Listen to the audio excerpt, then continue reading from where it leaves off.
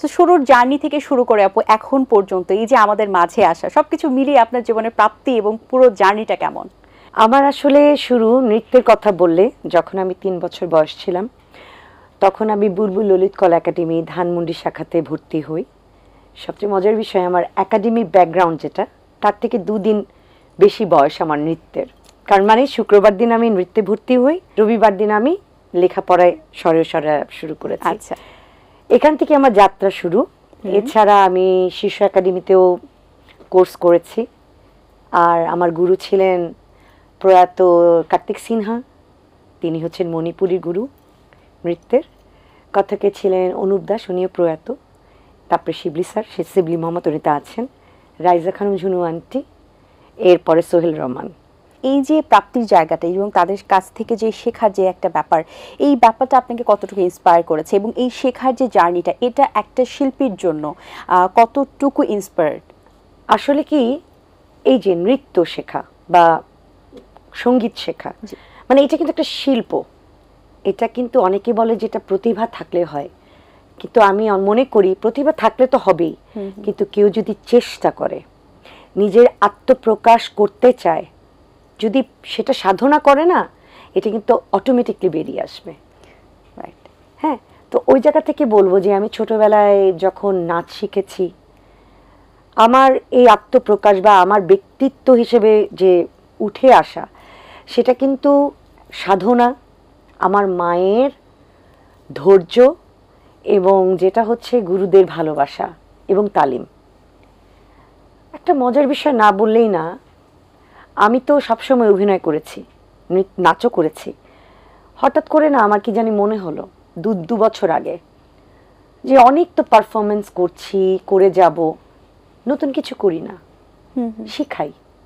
তো আমি ভাবতে শুরু করলাম যে কোথায় শেখাবো।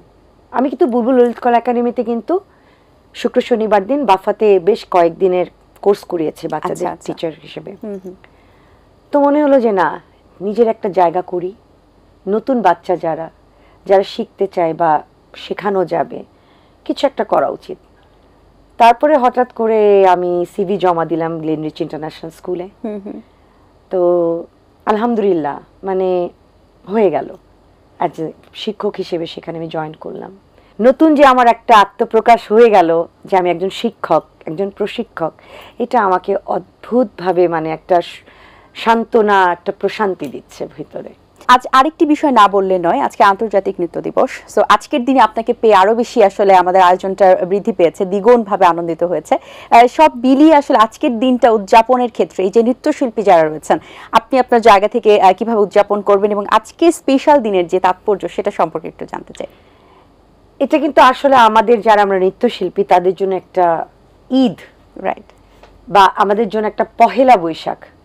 আমরা যেহেতু বাঙালি, আমি সংস্কৃতির সব জায়গার পাটটাই বলবো।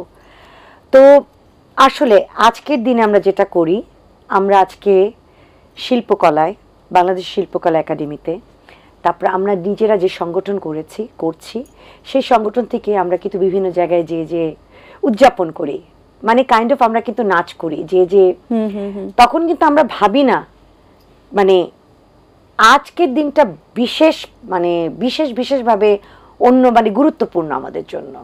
একসাথে সব নৃত্যশিল্পীর একসাথে হব, আমরা একসাথে নাচবো, এই জিনিসটা অনেক বড়। সো আমরা যেটা আমার যেমন আজকের দিনে কিন্তু আমার 2টো শো, একটা হচ্ছে শিল্পকলাতে আর একটা হচ্ছে আমাদের মহিলা সমিতিতে। এটা কিন্তু ঘুরে ঘুরে এই আমাদের আন্তর্জাতিক নৃত্য দিবসে কিন্তু একটা লেখা যায়। এটা কিন্তু ওয়ার্ল্ডের বিভিন্ন দেশে, ধরেন আজকে এবার বাংলাদেশ, তারপরে মনে করেন স্পেন, এরকম একজন অভিজ্ঞ বিশেষজ্ঞ নৃত্যশিল্পীর একটা লেখা ইন্টারন্যাশনাল ওয়েতে ছাপানো হয়। আচ্ছা, আজকের দিনেরটা আমাদের বাংলাদেশের একজন অভিজ্ঞ নৃত্যশিল্পী লেখা হবে, এটা আমাদের জন্য অনেক পাওয়া। বাহ, আসলে এটা অনেক বড় একটা অ্যাচিভমেন্ট নৃত্যশিল্পীদের জন্য, স্পেশালি আমরা বাংলাদেশের গর্ব এটা, যে এইভাবে আসলে আমরা বাংলাদেশকে রিপ্রেজেন্ট করতে পারছি। বাইরের দেশ ইন্টারন্যাশনালি ওয়েতে তারা পড়ছে, আমাদের সম্পর্কে জানছে, নৃত্যশিল্পী সম্পর্কে জানছে।